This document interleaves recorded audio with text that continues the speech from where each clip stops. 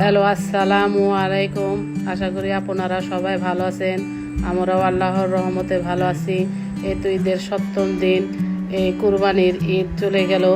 আজ টাউনে গিয়েছিলাম, শহরে গিয়ে একটু টুকিটাকি জিনিস ফুরিয়ে গিয়েছিল। এই তো আমার 2 ছেলের জন্য 2টি কাপ নিয়ে আসলাম। ওরা এই 2 কাপে চা খাবে, সেমাই রান্না করার জন্য। আবার চায়ে দুধ দিয়ে খায়, তো দুধ নিয়ে আসলাম। গরমে ট্যাং ফুরিয়ে গিয়েছিল, ট্যাং নিয়ে আসলাম।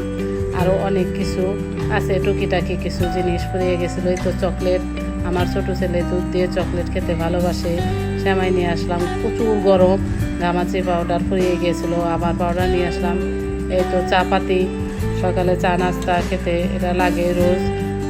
শহরে গিয়ে টুকিটাকি বাজার করে নিয়ে আসলাম।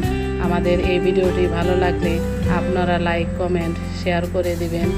এই তো দেখেন, আমি আস্তে আস্তে সব আপনাদের সাথে শেয়ার করতেছি। এই তো আটা নিয়ে আসলাম, সকালের নাস্তা, রুটি ভাজার একটা তাওয়া নিয়ে আসলাম।